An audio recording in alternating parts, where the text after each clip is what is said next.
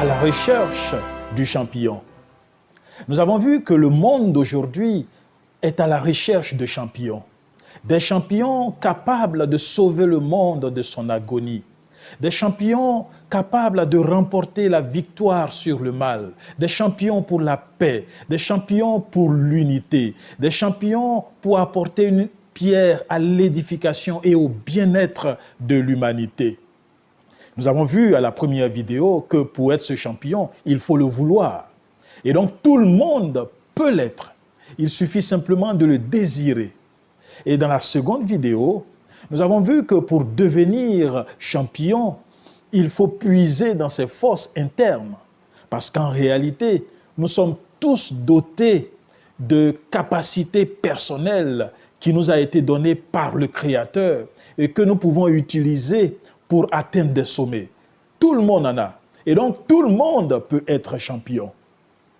Cependant, chers amis, sachez que le chemin qui conduit vers la réussite, qui conduit vers le meilleur, est parfois semé d'embûches et de difficultés. C'est ce que j'ai appelé l'endurance du champion. Et comprenez bien, parce qu'il ne faut pas se leurrer, pour atteindre les sommets, ce n'est pas facile. Il y a souvent des forces contraires qui entravent notre avancée, notre vision, notre mission et qui font en sorte qu'il est difficile d'atteindre l'objectif que nous nous fixons. Michel-Ange disait « Dans chaque bloc de marbre, je vois une statue aussi simple, comme si elle se tenait devant moi, façonnée et parfaite dans son attitude et son action. Je n'ai donc qu'à tailler les parois rugueuses qui emprisonnent la belle apparition pour la révéler aux yeux comme les miens qui la voient. » C'est une belle déclaration, chers amis. En fait, notre vision est comme centrée dans un bloc de marbre. Et il faut faire des efforts pour tailler ce bloc afin que le monde puisse voir ce que nous voyons nous-mêmes dans notre vision. Et pour arriver à cela, il faut mettre des efforts, il faut surmonter des difficultés, il faut être fort physiquement, et comme je l'ai dit la dernière fois, il faut être fort moralement, comme je l'ai dit également la dernière fois, et il faut être également endurant. Sachez que le monde dans lequel nous vivons est un monde de péché, un monde à la dérive, un monde qui subit les conséquences de la désobéissance de l'humanité. D'ailleurs, dans Genèse chapitre 3, verset 19, nous pouvons lire là une des conséquences du péché qui dit « C'est à la sueur de ton visage que tu mangeras du pain ». Comme pour dire, c'est dans l'endurance que tu réussiras. Et donc, depuis lors, la terre est dans une bataille entre le bien et le mal, une bataille pour réussir. Il faut se battre. Pourquoi? Parce qu'il y a des forces contraires. Et c'est pourquoi j'ai résumé ces forces contraires en trois. Il y a les facteurs naturels, il y a les facteurs humains et il y a les facteurs matériels. Commençons par les facteurs naturels. Il s'agit ici de facteurs que vous ne maîtrisez pas, causés par la nature. Je veux parler ici des tornades, je veux parler ici des saisons, je veux parler ici des cyclones, je veux parler ici même des pandémies, comme la pandémie dans laquelle nous sommes tous impliqués actuellement. Des facteurs que nous ne pouvons pas maîtriser. Mais le champion doit pouvoir chercher à contourner ces facteurs afin de pouvoir réussir. Donc ça, c'est le premier facteur. En seconde position, il y a les facteurs humains. Et quand on parle de facteurs humains, il y a d'abord le fait que certaines personnes vont vous combattre. Et là, je le dis clairement, il y a des gens qui ne veulent pas que vous réussissiez. Il arrive souvent que des gens mettent des bâtons dans les roues de votre avancée. Et ils utilisent tous les moyens pour que ça n'avance pas. Mais sachez, chers amis, que vous n'allez pas vous asseoir à les regarder vous combattre. D'ailleurs, l'idéal pour vous, c'est de ne pas les regarder et d'aller de l'avant. Mais l'autre facteur humain également, c'est le facteur qui vient de vous-même. Parce que dans votre avancée, il y a souvent des moments de découragement. Et les découragements sont souvent causés par les échecs. Parce qu'il peut arriver que vous essayez quelque chose et ça ne marche pas. Vous essayez une deuxième fois, ça ne marche pas. Vous essayez une troisième fois, ça ne marche pas. Et vous vous dites non, ce n'est pas la peine. Mais mon cher ami, mes chers amis, si vous voulez avancer, si vous voulez remporter des victoires, il faut aussi remporter cette victoire sur vous-même.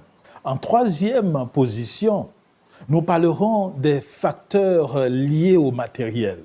Et quand on parle de facteurs matériels ici, on parle des outils, mais on parle aussi surtout de l'argent. Vous savez, beaucoup de personnes n'avancent pas parce qu'ils cherchent l'argent. J'ai entendu souvent des gens me dire « Oh, je voudrais faire ceci, mais je n'ai aucun financement. » Ou d'autres personnes qui disent « Nous cherchons des bailleurs de fonds. » Et donc, vous réaliserez qu'ils ne feront rien parce qu'ils sont dans l'attente de bailleurs de fonds. Ils sont dans l'attente de moyens qui viendront de l'extérieur. Si vous êtes dans l'attente d'un matériel, n'est-ce pas, qui va venir de l'extérieur, vous risquez de ne pas avancer. Parce que vous pouvez utiliser le peu que vous avez. Bonnet disait ceci, « Le succès ne se trouve pas dans ce que tu as, mais dans ce que tu es. » Et donc, le succès se trouve dans ta force personnelle, dans ce que tu décides de faire, dans ce que tu décides de surmonter, dans la force que tu as pour aller de l'avant. Frédéric Roosevelt a dit un jour, « Le bonheur n'est pas dans la simple possession d'argent. Il réside dans la joie de l'accomplissement, dans l'excitation de l'effort créatif. » Et c'est pourquoi il faut franchir les obstacles. Voici 3 facteurs qui peuvent nous empêcher d'atteindre nos objectifs. Mais nous pouvons les surmonter si nous sommes endurants. Malheureusement, beaucoup se sont arrêtés en chemin. D'autres n'ont même pas commencé. D'autres ont jeté l'éponge. Et pour utiliser le terme sportif, d'autres ont signé forfait avant même de commencer ou même pendant le match. Mais il y a certains qui sont allés de l'avant. Il y a certains qui ont réussi. Il y a certains qui ont surmonté les difficultés. D'ailleurs, il y a un adage qui dit « Les vainqueurs n'abandonnent jamais et les déserteurs ne gagnent jamais. » Alors, pour faire partie des vainqueurs, je vais vous présenter 4 astuces, 4 étapes à suivre pour pouvoir réussir. Premièrement, il faut reconnaître l'obstacle. Vous ne combattrez personne si vous ne reconnaissez pas que cette personne existe. Vous n'irez pas de l'avant si vous dites qu'il n'y a rien en face. Parce qu'en fait, il y a toujours quelque chose en face. Donc, reconnaître qu'il y a un obstacle est déjà quelque chose d'important qui vous permet de vous préparer. Deuxièmement, il faut s'armer. Après avoir reconnu l'obstacle, après avoir su de quel obstacle il s'agit, il faut s'armer. C'est rechercher l'outil qu'il faut pour affronter l'obstacle, n'est-ce pas? Il faut s'armer mentalement, il faut s'armer spirituellement également, il faut s'armer avec le matériel qu'il faut pour aller de l'avant. Et en troisième position, il faut maintenant trouver la stratégie. Quelle stratégie je vais utiliser pour aller de l'avant? Est-ce que je vais contourner si c'est un obstacle qui ne dépend pas de moi? Est-ce que je vais affronter l'obstacle? Trouvez une stratégie qui vous permettra d'aller de l'avant. Et en quatrième position, il faut aller de l'avant. Parce que, vous savez, certaines personnes font bien des plans, mais ils ne réalisent jamais les plans. Alors, pour pouvoir réussir, il faut aller de l'avant. Il faut affronter. Et ça, c'est la quatrième chose. Quand vous le faites, vous êtes sûr, n'est-ce pas, de traverser cet obstacle. Et vous vous retrouverez de l'autre côté en regardant en arrière, en disant « Jusqu'ici, l'Éternel m'a secouru ». William Barclay disait, et avait raison, « Les épreuves ne sont pas envoyées pour nous faire tomber, mais pour nous aider à monter en flèche. Elles ne sont pas envoyées pour nous vaincre, mais pour que nous puissions les vaincre. Elles ne sont pas envoyées pour nous rendre plus faibles, mais pour nous rendre plus forts. » Donc, quelle que soit la situation que vous traversez, chers amis, sachez que c'est pour vous rendre plus fort. Dans notre cheminement spirituel, nous faisons également face à des embûches, à des difficultés, à des forces du mal qui rament dans le sens contraire. Et il arrive souvent que nous passions par des moments difficiles. L'apôtre Paul, qui parlait à son fils Timothée, qu'il formait d'ailleurs à être champion, a dit dans 2 Timothée chapitre 2, verset 3, « Souffre avec moi comme un bon soldat de Jésus-Christ. » Il nous arrive donc souvent de souffrir, d'être la risée des gens, d'être persécutés à cause de notre foi, à cause de notre croyance, à cause de notre conviction. Mais j'aimerais vous dire aujourd'hui que l'Éternel nous donne également les armes pour faire face aux difficultés. Il nous donne la force pour faire face au mal. Il nous donne les moyens nécessaires pour remporter la victoire. C'est de cette bataille d'endurance que parlait l'apôtre Paul dans son épître aux Éphésiens, chapitre 6, versets 10 et 11. « Au reste, fortifiez-vous dans le Seigneur et par sa force souveraine. Revêtez-vous de toutes les armes de Dieu afin de pouvoir tenir ferme contre les manœuvres du diable. » C'est un message qui me donne de la joie parce que nous avons les possibilités de revêtir des armes, pas des armes humaines, mais des armes divines pour pouvoir faire face aux difficultés et pour remporter des victoires. D'ailleurs, il les cite après. Il parle de la vérité, de la justice de Dieu, de l'évangile à annoncer, de la foi, de l'assurance du salut et de la parole de Dieu. D'ailleurs, même, je trouve que ça ferait bien d'avoir une série également sur ces armes de Dieu. Nous le ferons certainement. Et donc, chers amis, sachons qu'avec ces armes, nous pouvons aller de l'avant. Il ne faut pas donc abandonner.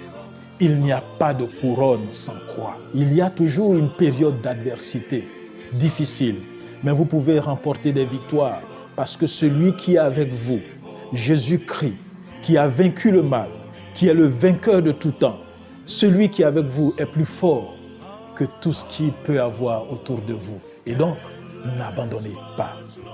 Oui, cher ami, peut-être que tu es en train de traverser une période difficile. Peut-être que tu ne sais à quel saint te vouer. Peut-être que tu n'as aucune solution à ton problème. Peut-être que tu traverses une période de maladie, de deuil. Peut-être que tu es entouré de forces maléfiques et tu ne sais quoi faire. Cher ami, n'oublie pas que tu peux te rapprocher de celui qui a remporté la victoire. Et tu peux aussi remporter la victoire sur le mal. Écoute ce que le psalmiste dit dans Psaume chapitre 30, verset 6. « Le soir arrivent les pleurs et le matin un cri de joie. » Peut-être dans les ténèbres, mais le matin arrive, la joie arrive, le bonheur arrive. Alors, sois endurant, résiste, combat et tu réussiras certainement. Et pour pouvoir réussir, il vous faut aussi une forteresse. C'est ce que nous verrons la prochaine fois.